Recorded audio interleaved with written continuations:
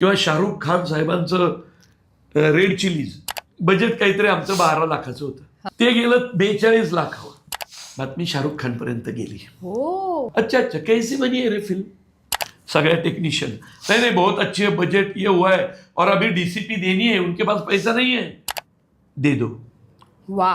नहीं नहीं सर उनके पास पैसा ही नहीं है, तो बिल माफ करो. मी आज पहिल्यांदा सांगतोय, मोजोंना अक्षरशः बांधलं होतं.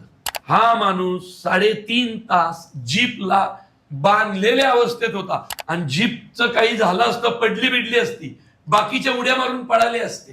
हो, मोजोंना बांधलेलं होतं. शॉर्टकट झाल्यानंतर सगळेजण आधी धावत येऊन यांना खुर्ची द्यायचे ना बसण्यासाठी.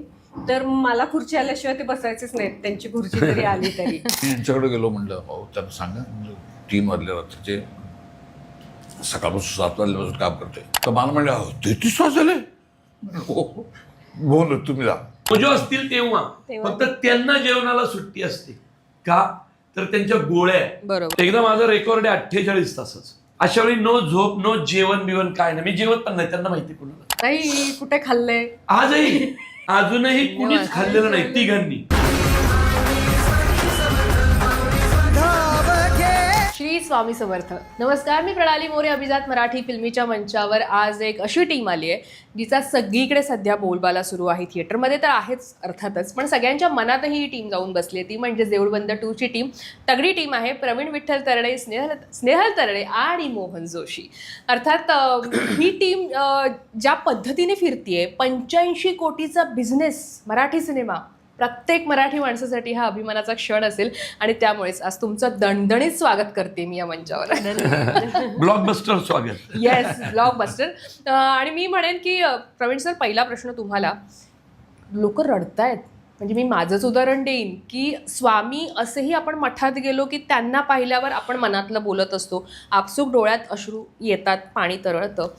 पण सिनेमा पाहताना खरंच म्हणजे प्रत्येक सीनला रडू येतंय. म्हणजे असं नाही आहे की त्यामुळे सिनेमा बोर होतोय. माणूस थेट त्या पडद्याशी कनेक्ट होतोय, ज्या पडद्यावर आपण ते सगळं पाहतोय त्याशी कनेक्ट होतोय. काय म्हणजे हे सगळं विचार होता आधी, सगळं माहिती होतं हे असं सगळं घडणार आहे आणि हे विजन असल्याशिवाय होत नाही. कारण 100% म्हणजे सिनेमा लिहिण्याच्या प्रोसेसपासून हे माहिती होतं. पण त्यात प्रवीण तरडेचा काही वाटा नसतो, मी स्पष्ट सांगतो. यामध्ये एक तर तुमच्या मनातली स्वामी भक्ती आणि स्नेहल तरडे आणि मोहन जोशींचा अभिनय, याने तुम्ही एकरूप जास्त होता. कसं असतं, लेखक लिहून देईल, डिरेक्टर फ्रेम सांगेल, बजावून सगळं सांगेल, पण roll sound, roll camera, action नंतर नटांचं जे इनबिल्ट असतं अभिजात सहज भाव, तो बाहेर येतो आणि नट व्यक्त होतात आणि मग तुमच्या डोळ्यात पाणी येतं. त्यामुळं असं जर पाणी येत असेल तर तुमच्या मनातली स्वामी भक्ती आणि या 2 माणसांचा अभिनय याला श्रेय जास्त आहे. निश्चित. स्नेहल, पहिलं तर तुझ्याकडे येईन, कारण मी तुझा अनुभव पाहिलेला सगळा कामाचा माहिती आहे आम्हाला. तू ज्या पद्धतीनं कामं केलीस, मोजकी त्यावेळे तुझ्या अर्थातच त्यांनी ते सगळ्या मुलाखतीत म्हटलंय, जबाबदाऱ्यांमुळे ते कमी झालं, पण एक तगडी अभिनेत्री तू होतीसच.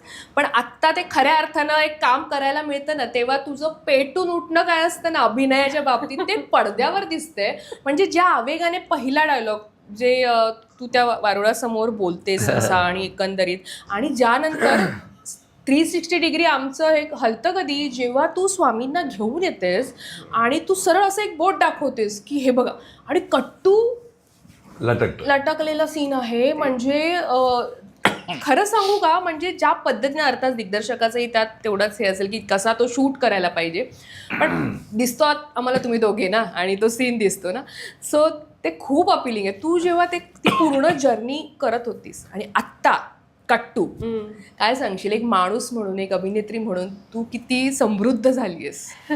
सगळ्यांना मोस्टली माहिती होतं की मी आता, तू जसं म्हटलीस की काही वर्ष मी ब्रेक घेतला होता, पण मनामध्ये एक ते सुप्त हे असतंच ना, स्वप्न मरत नाहीत कधी. कलाकाराचं स्वप्न आपलं असतं, ते कुठेतरी बॅकग्राऊंडला जागा असतं ते. तर ते स्वप्न कुठेतरी प्रत्यक्षात उतरवण्याची संधी मला मिळाली होती या चित्रपटाच्या माध्यमातून. तर ती संधी आपण पुरेपूर ती कशी आपल्याला हे करता येईल, त्या संधीचं सोनं कसं करता येईल याचा विचार सतत काम करताना होता. एकीकडे म्हणजे आपली भूमिकेचं म्हणजे अभिनयाचं एका बाजूला हे होतंच की अनेक मुलाखतींद्वारे प्रवीणनी सांगितलंय की ही खूप चांगली अभिनेत्री आहे आणि तिने काम सोडलं. पण त्यांनी सांगणं आणि आम्ही पाहणं यात फरक आहे, म्हणजे ते माहिती आहे. पण हे काम करताना मला ते हे करायचं होतं ना की त्याचे शब्द खोटे नाही ठरले पाहिजे. ती जबाबदारी Tension की असतं. हा की यांनी एवढं सांगितलंय तर आपण पण तेवढ्या पोटतिडकीने ते काम प्रेक्षकांपुढे ठेवलं पाहिजे. बरोबर. ही एक जबाबदारी होती. आणि दुसरी गोष्ट आमच्या निर्मात्यांनी म्हणजे माझा फुल लेंथवाला पहिलाच रोल होता. हो हो. तर एवढ्या विश्वासांनी जर त्यांनी माझ्यावरती, माझ्या चेहऱ्यावरती, माझ्या कामावरती, याच्या शब्दावरती विश्वास ठेवलेला आहे, तर मग त्या विश्वासाचं पण आपण एक जाणीव ठेवली पाहिजे मनामध्ये की ते विश्वास खोटा नाही ठरला पाहिजे. तर ही एक या दोन्ही गोष्टी मनामध्ये होत्या काम करताना. आणि कम्फर्ट झोन यांनी निर्माण करून दिला. कधीच असं मला म्हणजे कुठल्याच दिवशी कधीच असं वाटलं नाही की आपण खूप म्हणजे मला दडपण नाही येऊन दिलं त्यांनी काम करताना, त्यांच्यासोबत काम करणं म्हणजे. कारण एक इतक्या मोठ्या कलाकारासोबत स्क्रीन शेअर करणं खूप अवघड असतं.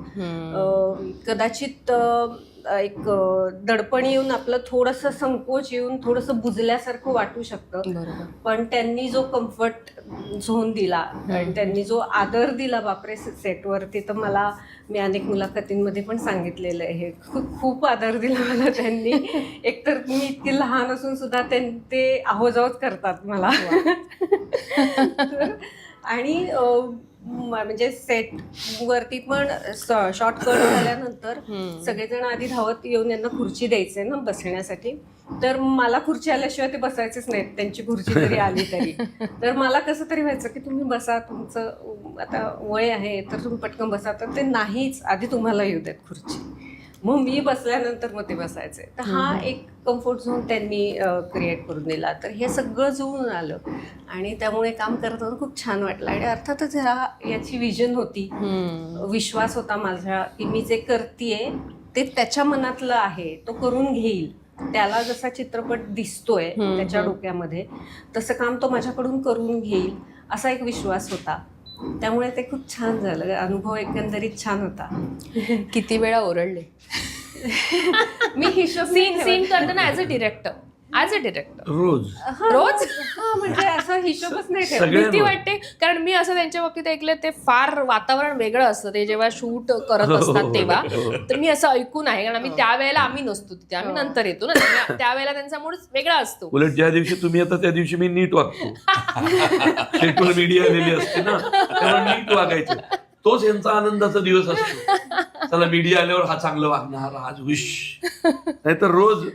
पण असा एखादा सीन जो आठवतोय आत्ता या वेळेला, कारण मी तर आता सगळेच आहेत म्हणजे आता हो, म्हणजे आता मी हे पण सगळ्या ठिकाणी सांगितले की आता ना त्याचं ओरडण्याच्या मागचं मला कारण माहिती आहे इतक्या वर्षांमध्ये, की त्याला चित्रपट चांगला व्हावा किंवा त्याला जे दिसतंय ते माझ्याकडून बाहेर किंवा कुठल्याही नटाकडून ते बाहेर यावं, याच्यासाठीची ती तळमळ असते. तर आता मला ती फक्त तळमळ दिसते, त्याचं रागवणं आता दिसतच नाही. तसं तो नेहमीच रागवत असतो मग, पण ते दिसत नाही आता. त्याच्या मागची तळमळ करते, त्याला काय म्हणायचंय हे कळतं आणि मग ते आपण देण्याचा फक्त प्रयत्न करायचा. बरं, मोहन जोशी यांच्यासोबत काम करताना बरेचसे सीन तुमच्या दोघांचेच आहेत आणि प्रत्येक सीन मध्ये आपण देवाला एकेरी नावानेच हाक मारतो, ज्याच्यात ती स्वामींना एकेरी नावाने हाक मारते.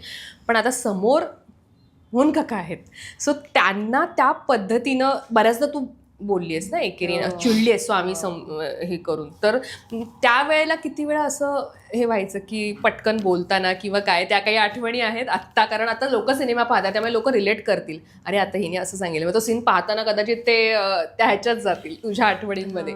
असं काही आहे? मी माझी मुळात स्वामी समर्थांवरती खूप श्रद्धा आहे, मी त्यांना गुरु मानते.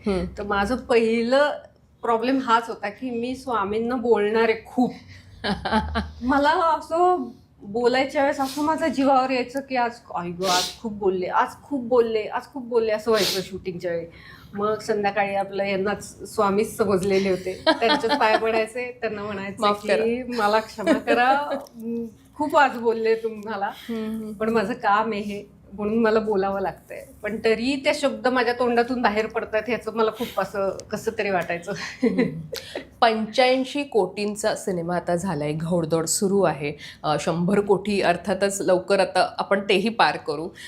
अशा एका सिनेमाचा आपण भाग आहोत आणि तेही जसं तू म्हटलंस तसं का म्हणजे आम्हाला माहिती की पहिलीच तुझी अशी व्यक्तिरेखा जी फुल लेंथ आहे, पूर्ण सिनेमावर तू बॅटिंग करतेस आणि ती कलाकृती इथपर्यंत पोहोचते ब्लॉकबस्टरच्या ह्याने. काय भावना आहेत? कारण मराठी सिनेमा म्हटल्यावर आपण म्हणतो थोडे हे असतो की किती आपण हे करतोय, पण पहिलाच सिनेमा आणि असं. अर्थातच छान वाटतंय, पण मी म्हणजे काही मोजक्या लोकांना हे माहिती आहे की मी दर शनिवारी रामायण असते माझ्या मैत्रिणींसोबत. आणि नुकतंच आत्ता गेल्या रविवारी शनिवारी जे रामायणाचा एक सर्ग आला, त्याच्यामधून एक म्हणजे रामायणातून शिकण्यासारख्या खूप गोष्टी आहेत. हो. तर त्याच्यामध्ये एक सर्ग आला जिथे भरत रामाला भेटायला चाललेला आहे आणि भरद्वाज ऋषींच्या आश्रमात ते रात्र व्यतीत करतात. तर भरद्वाज ऋषींना सगळ्या अयोध्या बरोबर सोबत आली आहेत ना, तर सगळ्यांना जेवण द्यायचं आहे असा तो सर्ग होता. तर तो मी माझ्या वाचनात आला आणि त्या सर्गातून ज्यांनी वाचलं असेल त्यांना माहिती असेल, त्या सर्गातून मला एक शिकवण अशी मिळाली की जे काही तुम्हाला यश किंवा जो गवगवा आत्ता मिळतोय किंवा जे भोग मिळतात उपभोग घेण्यासाठीचे, त्याच्यात तुम्ही अडकायचं नाहीये. बरोबर. त्याच्यात तुम्ही अडकून बसला तर ते जे तुमच्याला ज्या कामासाठी ते मिळालेलं आहे ते काम हातातून निघून जातं. तर ही जाणीव एकदम अचानक झालेली आहे की खूप छान वाटतंय, यश मिळालेलं आहे, पहिल्याच मेन रोलच्या याला 100 कोटींचा टप्पा, हे खूप छान आहे, पण ह्याच्यात अडकून नाही पडायचंय. कदाचित स्वामींची कृपा या गोष्टीसाठी झालेली असेल की याच्यातून जो मिळणारा नफा आहे ते आमचे निर्माते आत्महत्या केलेल्या शेतकऱ्यांच्या मुलींच्या शिक्षणासाठी देणार आहे. हा, तर कदाचित स्वामींची कृपा त्यामुळे झाली असेल आणि त्यामुळे एवढं यश मिळालेलं असेल. तर त्या यशाला आपण कारणीभूत आहोत हे मी कधीच मानून नाही घेणार, कधीच नाही मानून घेणार. बरं, किती वेळा अर्थात जसं आपण म्हणतोय स्वामींविषयी बोलतोय, तू आत्ता म्हणाले स्वामी गुरु आहेत तुझे, आपण देवाशी बोलत असतो, स्वामींशी बोलत असतो, ते प्रतीक समजून आपण त्याच्याशी बोलत असतो. तू सीन करताना प्रत्यक्षात किती वेळा रडली आहेस नकळत? आपल्या ह्याच्यात पाणी आलं की आपण भावूक होणं असतं ना. मी कारण म्हणते आता प्रेक्षक रडतायत, कलाकार किती रडलेत काम करताना? मी खरंच रडलेली आहे, त्याच्यामुळेच कदाचित ते तेवढं ते जिवंत वाटतंय. कारण त्या भावनाच इतक्या स्ट्रॉंग कागदावरच लिहिल्या गेल्या होत्या ना की त्या परफॉर्म करताना त्या ऍक्टर म्हणून मला ते जाणवत होतं. त्यामुळे मी खरंच खूप रडत होते. स्पेशली तो सीन जिथे मी यांना घरी घेऊन येते आणि शेवटचा सीन, शेवटच्या सीनला पण मी खूप खरी रडलेली आहे तो सीन शूट करताना.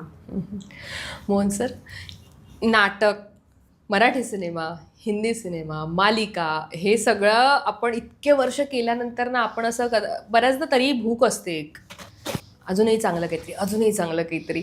देऊळबंद 2 केल्यानंतर, देऊळबंद अर्थात आपण देऊळबंद 2 आत्ता एक पुढची हे, मला सांगायला एक अभिनेता म्हणून ती भूक किती वाढली आहे किंवा किती तृप्त झालेत, काय सांगा? काय भूक म्हणजे आता खरं मी फिल्म करायची नव्हती मला, पण आजारी होतो मी आणि माझ्यासाठी 1.5-2 वर्ष थांबले. म्हटलं आता हे थांबले तर केलेच पाहिजेत आपल्याला, आणि म्हणून मी केलं. पण केवळ प्रवीण तरडे एवढं खरं आहे, अगदी यात वादच नाही. म्हणजे माझी अपेक्षा वाढत चालली आहे आता. वा, पण हे खूप छान ही स्टेप खूप छान आहे माझ्या आयुष्यात.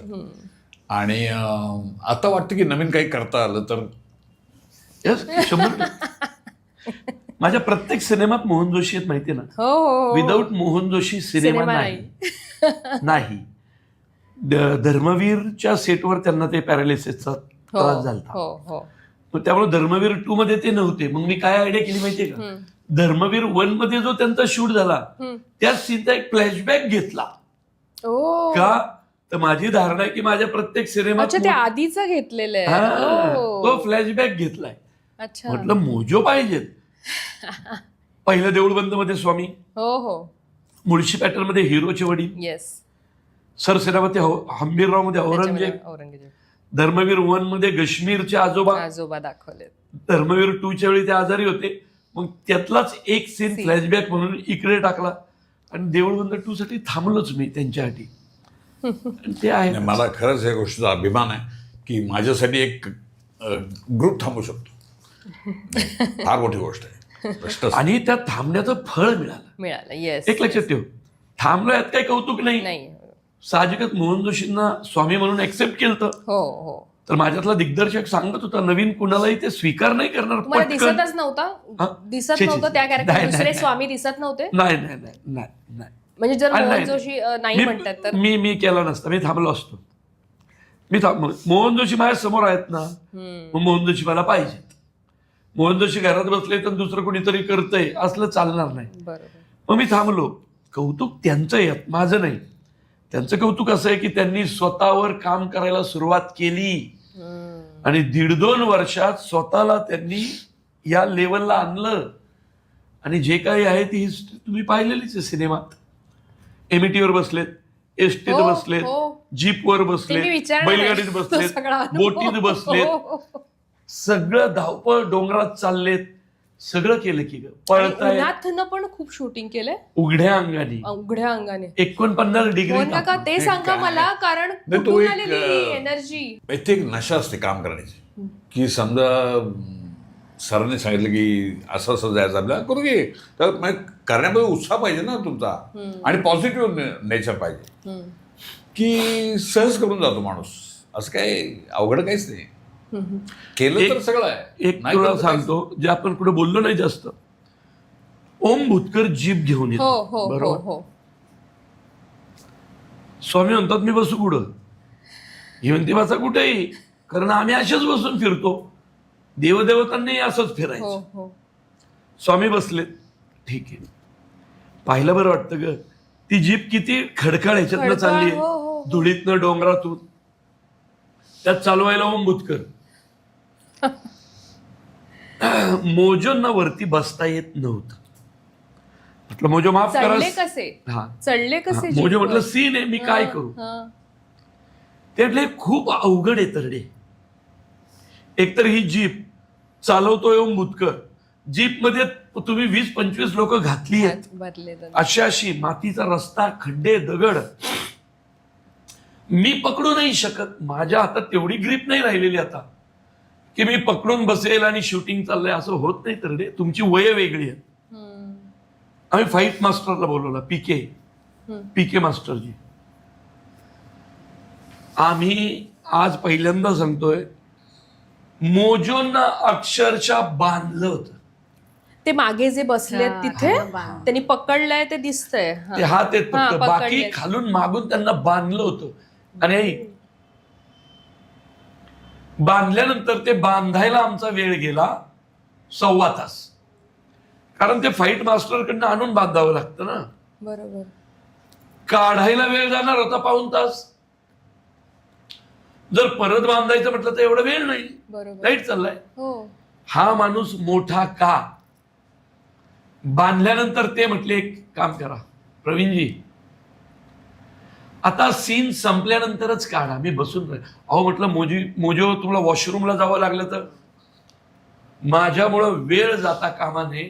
ऑलरेडी तुमचा 1.25 तास माझ्याबरोबर मुळे गेलाय, माझी काळजी करू नका, सीन घ्या. हा माणूस 3.5 तास जीपला बांधलेल्या अवस्थेत होता. उदाहरणार्थ सांगतो, समजा काही 19-20 झालं असतं आणि जीपचं काही झालं असतं, पडली बिडली असती, बाकीच्या उड्या मारून पळाले असते. हो. मोजोंना बांधलेलं होतं. मी असं त्यांना म्हटल्यावर, अहो म्हटलं ते बांधणं, ते काय म्हटलं माहितीये का, डोंट वरी, स्वामी माझ्या पाठीशी आहेत, तुम्ही बांधा, काही नाही होणार. म्हणून मग आम्ही बऱ्याच प्रिकॉशन घेतल्या. गाडी कशी चालवायची त्याची प्रॅक्टिस, त्याची रंगीत तालीम सगळं करून मग बांधलं त्यांना. बापरे. आणि 3.5 तास मोजो त्या बांधलेल्या अवस्थेतच होते. हे त्या माणसाचा मोठेपणा आहे. एवढ्या अडचणींवर मात करून आज सिनेमा 100 कोटीकडे चाललेला असताना ज्यावेळी मागे वळून पाहतो ना, हे सगळं आठवतं. पण स्वामींचं खरंच लक्ष होतं असं मला तो बैलगाडीचा पण सीन आठवला हो याच्यावर. हो हो. बैलगाडी तुला माहितीये का, बैल उधळली होती आणि बैलगाड्या ते जे तुम्ही दोघं बसलात त्या हा, बैलगाड्यात. अरे काय बापरे. झालं होतं सांगते. हा. आम्ही चाललो होतो बापरे. आणि जे वसुले ते जे ऍक्टर आहेत ना, हो. ते डायलॉगची प्रॅक्टिस करत बरं होते. मला आधी सांग, बैल चालवणारे जे होते, जे ऍक्टर होते, त्यांना ते व्यवस्थित येत होतं? बैल नाही, हाकता त्यांची कारण बैलगाडी 2 दिवस चालवणं प्रॅक्टिस, कठीण आहे. 2 दिवस केली प्रॅक्टिस होती सगळी. कारण ते बसलेत ना ते. कारण मी चालवतो ना बैलगाडी, हा. आमची स्वतःची बैलगाडी तुम्ही बैल आहे. घेतलेली, हा. हा. तर तर आम्ही मी स्वतः चालवून त्यांना प्रॅक्टिस करून घेतली होती. हो. तर आम्ही दोघं मागे बसलेलो होतो आणि ते पुढे होते आणि ते डायलॉगच्या प्रॅक्टिस मध्ये त्यांचं थोडंसं लक्ष झालं, आपलं divert लक्ष होतं गेलं. लक्ष, हा. हो. आणि बैल चालले होते पुढे त्यांचे आणि एका पॉइंटला असं झालं की एक एवढं पेर दाखवत आहे, एक पेर जरी गाडी आडवी गेली असती तर शेजारी गेलीच की, चाक गेलंच की. मोठे खड्डे खणलेले होते कडेला पाणी जाण्यासाठी त्या जंगलाच्या ह्याच्यामध्ये. हो. तर पूर्ण गाडी अशी पलटी झाली असती बैलगाडी आणि कुणीच काहीच करू शकलं नसतं कारण बैल त्यांचे चालले होते. चाललेले. त्यांना कंट्रोल नव्हता कारण हे डायलॉगच्या नादात होते. आणि 1 इंच एक पेर चाक इकडे गेला असता आणि अख्खी पलटी झाली असती, पण ते झालं नाही. कारण स्वामी खरंच कुठेतरी त्यांचं लक्ष असेल किंवा काहीतरी असेल, पण ती गेली नाही. एकदम लक्षात आलं आणि थांबले तिथे. काय कशी काय ते बैल आपोआपच थांबले. म्हणजे बैलगाडी पडली असती तर मोजूंना उडी नसती मारता. हो, नाही. तो नाहीच ना, ते पडले असते गाडी बरोबर. निश्चित. तरी त्या माणसाने हे सगळं माहीत असून हे MAT वरचा स्टंट, अरे बापरे, सोपं नव्हता. सिनेमा सोपा नव्हता. आणखीन दुसरं मोहन काका एक प्रश्न विचारायचा आहे. सविता वालपेकर यांचा एक शॉट आहे, काठी भिरकवतायत आणि हो. मारतायत. एक तर तुम्ही दोघांनी काम केलेलं, नाटक आणि रंगभूमी गाजवलेले, तुम्ही चांगले फ्रेंड्स. एक्सप्रेशन तशीच आहेत.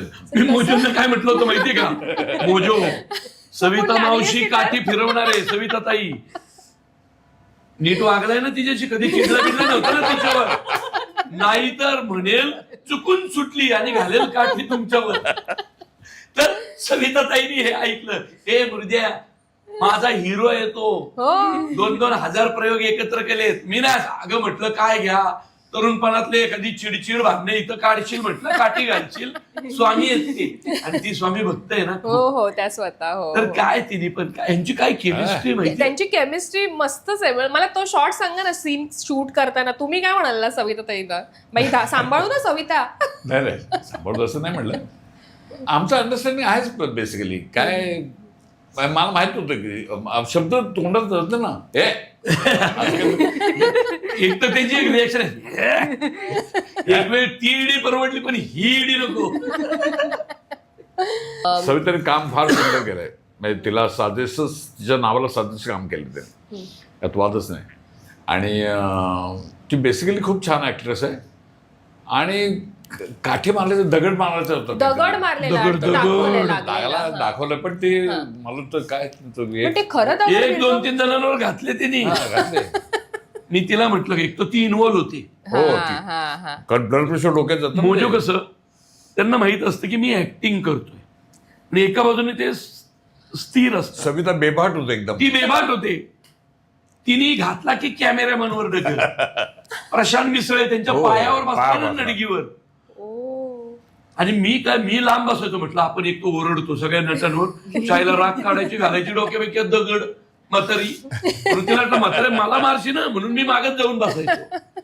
भारी नटी आहे ती, माझी खूप लाडकी आहे. मुळशी पॅटर्नला दोघं. Yes yes. Mohan sir, Praveen sir तर म्हणतात की वेगवेगळ्या वाहनांमध्ये त्यांना बसवलं आणि त्यांनी ते केलंय, पण तुम्ही स्वतः, आपण असतो ना बऱ्याचदा, आपण म्हणतो की आपण नाही, काय होतं सांगतो? कॉन्फिडंट आहोत की मी आहे डायरेक्टरचा ऍक्टर. हां हे नाटक असू दे, सिनेमा असू दे, जे डायरेक्टर सांगितलं ते देण्याचा प्रयत्न करायचा. त्याला खुश झाला तेवढं ओके. तो जो सांगतो ते केलं पाहिजे ना, काहीतरी तूपर्यंत करायला पाहिजे.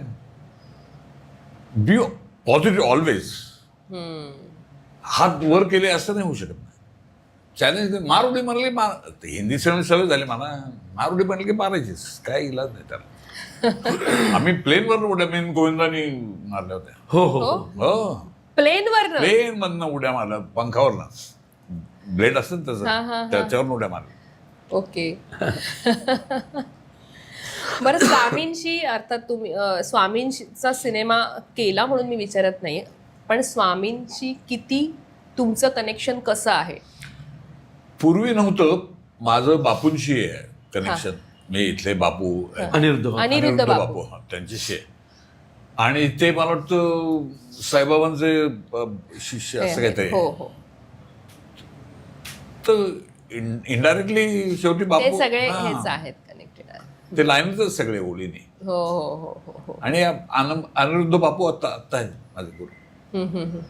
तर स्वामींचं पण आता हे फिल्म केल्यानंतर दोन्ही स्वामी मला भयानक, म्हणजे झोपेत सुद्धा मला मूर्ती दिसतात.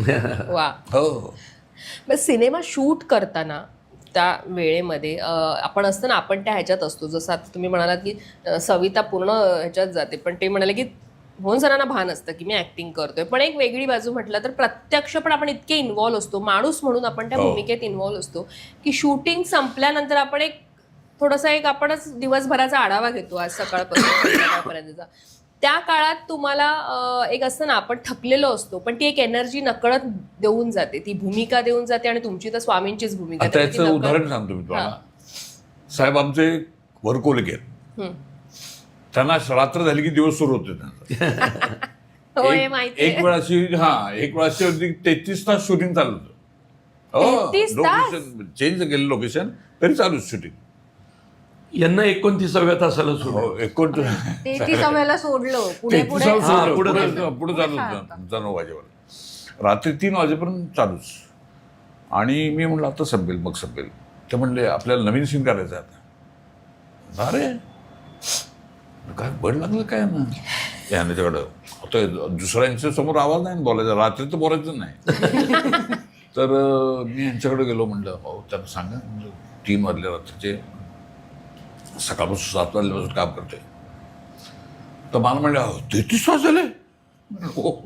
बोल तुम्ही जा, पण मी करणार शूटिंग.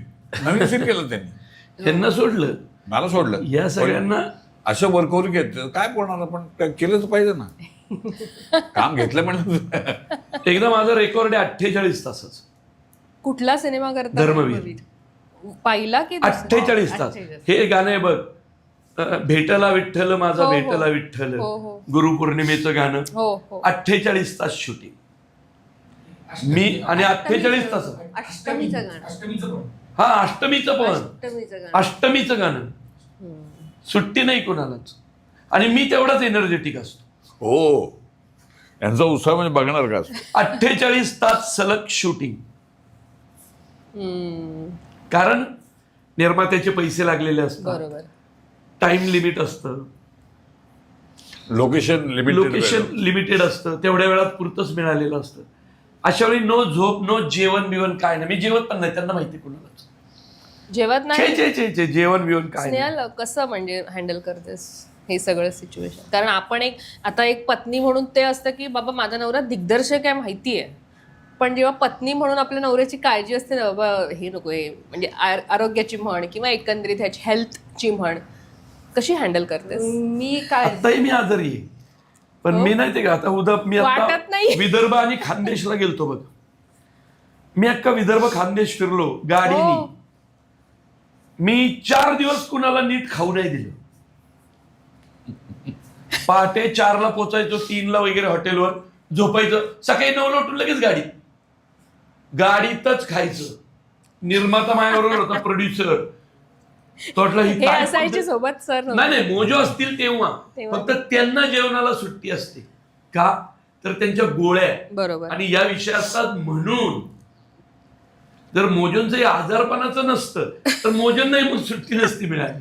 आत्ताही कुठे खाल्लंय? आजही आम्ही कुठे 5 वाजले. जेवलो नाही आम्ही. सकाळी 9:30ला गाडीत बसलोय, इंटरव्ह्यू करतोय. मग इथं विवियाना मॉलला तिथं 2 शो आहेत. ते शो करून वागळे स्टेटला आरती आहे. अजूनही कुणीच खाल्लेलं नाही तिघांनी. नाही खरंच नाही, म्हणून तर सांगितलं मिसळपाव. कसं काय, पण कसं हँडल करतेस एरवी पण असं? नाही, मी फार नाही हँडल करायला जात.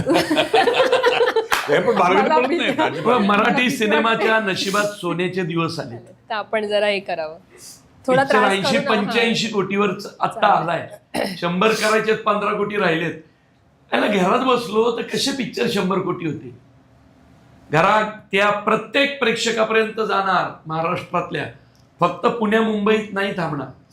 पुणे मुंबईत सगळ्यात महत्वाचं, कारण हायएस्ट बिझनेस तिथून होतो. पण ते झालंय फिरून पहिल्या आठवड्यात.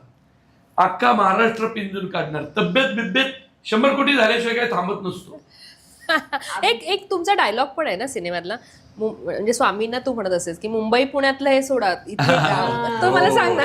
पुणे मुंबई बाहेरचा असं ते महाराष्ट्र. लागलं यार खरंच, म्हणजे आपण किती लक्झुरियस लाईफ जगतोय आणि ऍक्च्युअल आपल्याला कळतं गावांमध्ये गेल्यावर. तेही आता असं सुखसमृद्धी असलेली गावं पण आहेत, पण अशी गावं जिथपर्यंत अजून सोयी सुविधा पोहोचलेल्या नाहीयेत आणि जिथे एक बॅलन्स ठेवून संवाद लिहिले गेलेत बऱ्याचदा. मला त्याविषयी सांगशील? संवाद लेखक इकडे आहे, त्यामुळे तो जास्त सांगतो. कोणाला नाराज पण करणार नाही, तेही आम्हाला कळले डायलॉग लिहिताना. हो, म्हणजे काय, तीच तर नॅक असते ना. तीच तर नॅक असते, सगळं हँडल करत जायचं. सगळ्यांना समान त्यांनी हे केलेलं आहे. कुणाला ज्याच्यावर रोख आहे त्याला पण नाराज नाही केलं. त्यामुळे मला सांगशील की पटकन तू बोलून जातेस की मुंबई पुणे नाहीये होय. हो, पुणे मुंबई बाहेरचा महाराष्ट्र दिसला तर लय त्रास व्हायला. त्रास व्हायला चिडचिड लागला. होतीये का? चिडचिड होती. पण त्याचे संवाद लेखनाचं म्हणजे वैशिष्ट्यच आहे. मला तो संवाद लेखक म्हणून मला काय सगळ्या महाराष्ट्रालाच तो खूप आवडतो. त्याचे संवाद आणि त्याच्यात प्रत्येक त्यांचा हातखंड आहे ना, म्हणजे हा. तिथून तर खरी बॅटिंग सुरू झाली. त्यामुळे एक कलाकार म्हणून मनामध्ये आनंद असतो की आता याचे संवाद बोलायचे आहेत. तर ते पण कधी लिहून देते, कधी शेतकरी नसेल पाहायला तो संवाद हो. एक. असे संवाद खूप असतील छान आहेत दमदार. ते. हा. कधी शेतकरी छान. नसेल पाहिलं. किंवा तो सीन बघ ना, तो लिहिलेला जिथे मी पाणी पित हो, असते हो, आणि हो. इकडे पाणी येते. ते किती छान आहे तो बघताना. छान घेतलाय ना तो नाही, सीन, नाही. शॉर्ट खूप मस्त छान. घेतलाय तो. सगळ्या सिनेमातला गोड सीन. आणि मी विचार करतेय की आता त्या बाईला माहित नाहीये की मी 2 जणांना पाणी पाजतेय हो, आणि हो. ते पिताना असं दिसत असेल तो शॉट कसा घेतलाय. हंडा. हंडा नाही असं काय लावला होता मी, असं वाकून आणि ह्या पाणी पित असतात. ह्याचं सगळं यश कुणाचं माहितीये का? हा. डीओपी प्रशांत मिसळे. अच्छा. आणि त्याचा मेन हे जगदीश चव्हाण, सोना चव्हाण. अच्छा. अरे काय डीओपी माझ्या नशिबात आला रे. म्हणजे मी आयुष्यभर ऋणी राहील त्या प्रशांत मिसळे आणि सोना चव्हाणचा, हा. की माझा सिनेमा 100 कोटीवर नेणारे डीओपी मला मिळाला. सुंदर सीन घेतले. इतका मी एक तर चिडचिड करायचो, त्यांचेही जेवणाचे हाल व्हायचे माझ्यामुळे. चपातीत भाजी घालून त्याचा रोल करून खायचे. सगळेजण तक्रार नाही, अगं डीओपीच्या लय तक्रारी असतात, मला हे खायला पाहिजे, मला ते त्याच वेळेला पाहिजे, जेवण कुठे आहे? काय तो प्रशांत मिसळे. त्यामुळं Prashant Misale DOP, fight master PK Pradyumna Kumar Swan, cinematographer म्हणजे तो बोललो तो, कोरिओग्राफर उमेश जाधव, काय गाणी शूट केली, हो. Art director Nitish Nandgaonkar, costume designer Pragya Dandavate, casting director Vinod Vanve, sound designer Sanket Dhotkar, sound operator लोकेशनचा location sound Rashi Butte, background music Devdatta Manisha Baji, music director Tanmay Bhide, Rituraj Sathe. ह्या लोकांचे आभार मानले पाहिजेत. माझ्यासारख्या माणसाबरोबर मी खूप त्रास देतो लोकांना, माझ्या मनातलं काढून घेण्यासाठी वैतागतात. आदर्श शिंदेचं भीत नाही माऊली उभी तू माझ्या पाठीशी, काय गाणं आहे, छान आहे, काय गाणं आहे. चंदन कांबळे शेवटचं राया राया राया खंडेराया, अवधूत गुप्ते पथनाट्य, श्रेया घोषाल झाला प्रेतरूप शरीराचा भाव, त्याच्यानंतर सौरभ साळुंके मौला विठ्ठला विठ्ठला, ते बोटीतलं गाणं महेश मांजरेकर. तर या लोकांचा वाटा असतो ना. प्रवीण तरडे दिसतो मेन म्हणून, नट दिसतात. प्रशांत मिसळे कुठं दिसतो डीओपी नाही, म्हणून आता सीन वरनं ते आठवलं. म्हणून ही जी मी नावं घेतली, या लोकांचा मी ऋणी आहे. हे लोक राबले माझ्या इतकेच, म्हणून सिनेमा 100 कोटीवर चाललाय. अवधूत गांधीचं ते मध्ये अवधूत गांधीने एक छोटं गाणं गायलं, ते हे सोपं नसतं. शेवटचे 4 दिवस पिक्चर रिलीजला आलता आणि डीसीपी काढायची होती. देवदत्त मनीषा बाजी, संकेत धोटकर, मयूर हरदास एडिटर. माझ्या एडिटरचं खूप कौतुक केलं पाहिजे ना, मयूर हरदासचं. मी खूप शूट करतो, मी गरीबासारखं शूट नाही करत जे बाकी मराठी एवढंच शूट आणि तेवढं 5-5 तासाचा सिनेमा शूट करतो. हो, मी ह्या सिनेमाविषयी पण ऐकलंय की 5-5 तासाचा सिनेमा शूट करतो मी, त्यातनं हे 3 तास होतात. मयूर हरदास 4 दिवस झोपले नव्हते. जिथं पडेल तिथं जागा मिळून झोपायचे लोक, मी तसा. त्यामुळे या लोकांचं कौतुक केलं पाहिजे. डॉन स्टुडिओ आहे पुण्यात आमच्या हेमंत गुजरातीचा. त्या हेमंत गुजरातीचे आभार मानले पाहिजे. खरं तर पैशाचं बजेट संपलं होतं, तरी हेमंत म्हटला त्याला डिस्टर्ब करू नका, एक्स्ट्रा पैसे लावू नका, करू द्या त्याला काय करायचंय ते, पिक्चर भारी होतोय. किंवा शाहरुख खान साहेबांचं रेड चिलीज बजेट किती झालं माहितीये का? बजेट काहीतरी आमचं 12 लाखाचं होतं, DI वगैरे मिळून. ते गेलं 42 लाखावर. एवढे पैसे कुठून आणणार? विनंती केली आम्ही त्यांना, मराठी सिनेमा आहे, रेड चिलीला विनंती केली, मराठी सिनेमा आहे, आम्हाला तो भारी दाखवायचा होता म्हणून आम्ही तुमच्याकडं आलो. देवांशी नावाची आमची DI कलरिस्ट, ती झोपली नव्हती कित्येक दिवस. प्रशांत मिसळे झोपले नव्हते. बातमी शाहरुख खान पर्यंत गेली. त्यांनी काहीतरी टेक्निशियनना विचारलं कसला पिक्चर आहे. ते म्हटले सर त्या मुळशी पॅटर्न वाल्याचा पिक्चर.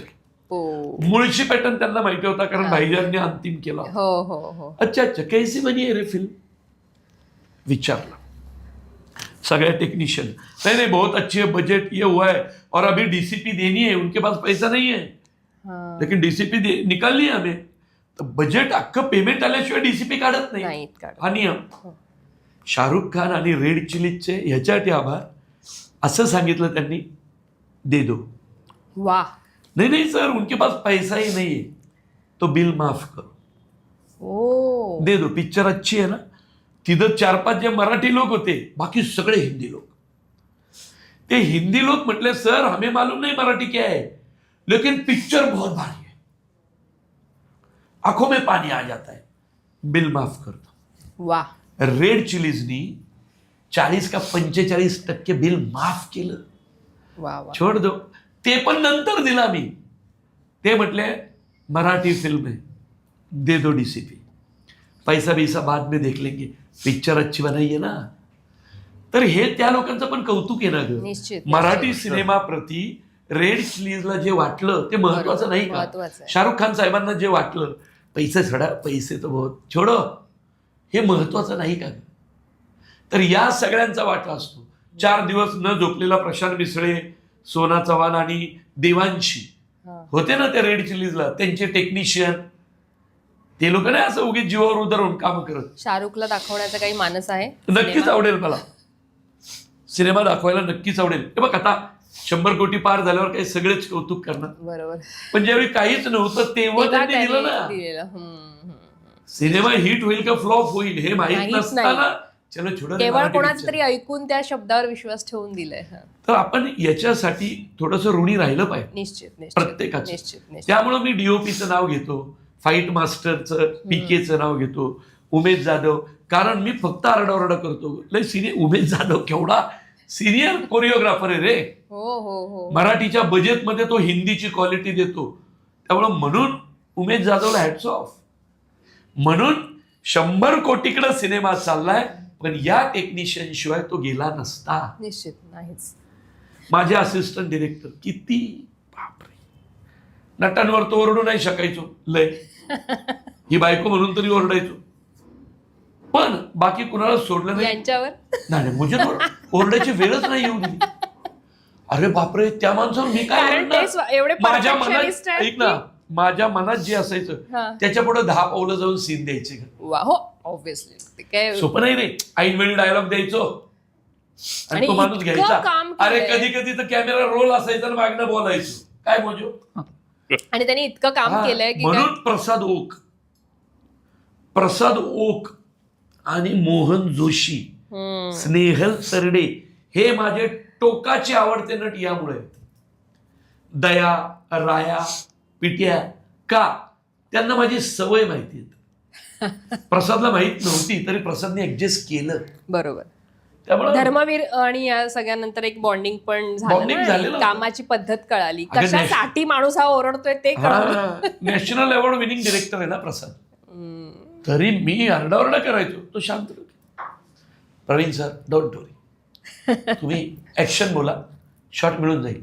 किती वेळ आहे? अरे सूर्य मावळतोय, सीन 1.5 मिनिटाचा आहे, 1.5 मिनिटात ओके टेक देणार, कॅमेरे लावा. मी 3-4 कॅमेरे लावायचो, शॉट ओके. असे नट असतात म्हणून असे सिनेमे होतात. Yes. असे टेक्निशियन असतात म्हणून मी माझ्या टीमचं खूप कौतुक करतो. निश्चित. लोकेशन मॅनेजर आमचा कोण, तो आकाश बदक आणि उत्तम मानकर. आज मला नाव पटापटा आठवत आहेत, मला कोणाची नाव आठवत नाही, मोजनला माहिती आहे. कारण हाका मारायचे कशा, ए केळे, ए रताळे, ए माठे, ए दगडा, असंच ना. बरोबर ना मोजो? अगदी बरोबर. सगळी फळं आली ना. 5 नाव मी सगळ्यांची घेतली बघ. खूप मजा, खूप. हे माझे टेक्निशियन प्रद्युम्नाचं नाव राहिलं. प्रद्युम्न नाही म्हटलं ना, माझे डिरेक्शन टीम. प्रद्युम्न देशपांडे केळे होता तो. तरी तो डेंजर शेड्यूलला नव्हता ना. शेवटचे 12 दिवस विनोद उन्वेच होता ना. त्यामुळे विनोद उन्वेद हक्काचा माणूस माझा. बरोबर. कारण त्यालाच एकट्याला मी कळतो, त्याला आणि पिट्याला. पिते तर तुमचे बेस्ट. या दोघांना किंवा सुने 32ला ह्यांनाच कळू शकतं माझं काय चाललंय. ते बरोबर हँडल करतात. कित्येक गोष्टी माझ्यापर्यंत येऊ पण देत नाहीत. विशाल चांदणे, काय दीपाली आंबीकर, अरे ही काय ईपी, ही लोक लय भारी आहेत, माझे आवडती लोक आहेत. बरं, आता इतकं सगळेच जण तुम्ही छान मस्त व्यक्त होत आहे आणि अर्थात ते तर पूर्ण आज म्हणतात पहिल्यांदाच नावं आठवत आहेत, पण असं असतं आपण कुठेतरी ऋण लक्षात ठेवलं ना की ते आपसूक होतं आणि कुठेतरी ती स्वामींची एक हे आहे या मुलाखतीत पण मी जी सगळ्यांची नावं घेतलीत ना ते ठेवा. येस येस, कारण जगाला कळू दे, सिनेमा एकट्या प्रवीण तरडेचा नाहीये. निश्चित निश्चित सिनेमा या सगळ्यांचा आहे. Yes yes. किंवा तो आपला फोकस पुलर कोण, नागेंदर अमराठी पोरग होतं, पण काय सीन चालू असताना रडायचं डसडस. त्याला कळायचं काय चाललंय ते. नागेंदर. तर ही लोक पाहिजेत ना, ह्या लोकांच्या जीवावर सिनेमा. निश्चित निश्चित. आणि अर्थात आतापर्यंत तर स्वामींची कृपा आहेच. 100 कोटी तर आपले होणारच आहेत, त्याच्यात नो डाऊट. आणि पुढेही घोडदौड सुरू राहील. आणि जसं म्हणताय तसं अनेक ज्या काही छान मोठ्या डील्स आहेत सिनेमा निमित्ताने होणार, त्या चांगल्या होतील, चांगल्या डीलमध्ये होतील. कारण अर्थात स्वामी पाठीशी, मोठ्या डील होणार, मोठ्या डील होतील, स्वामी पाठीशी आहेत. फक्त माझं बोलणंही चाललंय अनेक लोक. स्नेहल, तुला मला विचारायचंय, एखादा स्वामी अनुभव छान त्याने नोटवर आपण संपू दे कार्यक्रमाचं हे होऊ दे मुलाखतीचं. स्वामी अनुभव असा नाहीये. असं खूप छोट्या छोट्या घटनांमधून वैयक्तिक आयुष्यात सुद्धा किंवा चित्रपटाच्या प्रोसेसमध्ये सुद्धा त्यांचं अस्तित्व सतत पदोपदी जाणवत राहिले की ती एक शक्ती आपल्या आजूबाजूला आहे, ती बघतीये एक जे असतं ना, तर ते सतत जाणवत राहिलेलं आहे. म्हणजे सगळ्यात आत्ता रिसेंट म्हणजे टीजर लॉन्चच्या ज्यावेळी हे अक्कलकोटला आम्ही तो टीजर लॉन्च केला, तर त्यावेळी मला खूप भरून आलं होतं सगळं. म्हणजे प्रवास आठवून किंवा स्वामींची कृपेची जाणीव होऊन की किती म्हणजे ज्यावेळी आम्ही कनेक्ट पण नव्हतो स्वामींशी, तेव्हापासून त्यांनी जो म्हणजे आमच्याशी कनेक्ट ठेवला, त्यांनी आम्हाला कदाचित खेचून आणलं त्यांच्याकडे. तर ह्याची सगळ्याची जाणीव होऊन मला ते जे भरून आलं होतं ना, तर तो मला आत्ता या क्षणाला ते आठवतंय मला की टीजर लॉन्चचा तो कार्यक्रम. आणि इतकं छान वाटलं. अर्थात मोहन सर पण बोललेच की स्वामींचा तशा पद्धतीने स्वामींची त्यांच्या लाईफमध्ये एंट्री झाली आहे आणि अर्थात ते आत्ता सोबतच असणार आहेत त्यांच्या आणि त्यांना ती एनर्जी देणार आहे. त्यामुळे अर्थात आम्हालाही प्रेक्षक म्हणून त्यांच्या वेगवेगळ्या कलाकृती पाहायला मिळणारच आहे. आता तुम्ही ठरवलंच आहे ते पॉझिटिव्हली सगळं घ्यायचं आणि सगळं आपण बिंदास कामं करायची आता. सो अर्थात तुम्हा सगळ्यांना तुमच्या या यशासाठी खूप खूप शुभेच्छा आणि अर्थात पुढे असणारी वाटचाल ही यशस्वीच असेल, याही आमच्याकडनं शुभेच्छा. धन्यवाद. तुम्ही इथे आलात आणि वेळ दिलात त्याबद्दल आणि खूप खूप अभिजात आभार. मराठी माझ्या खूप जवळचं आहे. हम्म, कारण केदार जोशी हे माझे मित्र आहेत, हम्म. खूप चांगले. धर्मवीर 1 आणि धर्मवीर 2 यशस्वी होण्यात केदार जोशीचा मोठा वाटा आहे, ओ. खूप मोठा. धर्मवीरचं जे सोशल मीडिया चालायचं ना, हम्म, हम्म, हम्म. सब कुछ केदार जोशी. वा वा वा. त्यामुळे अभिजात मराठी माझी फॅमिली आहे. थँक्यू.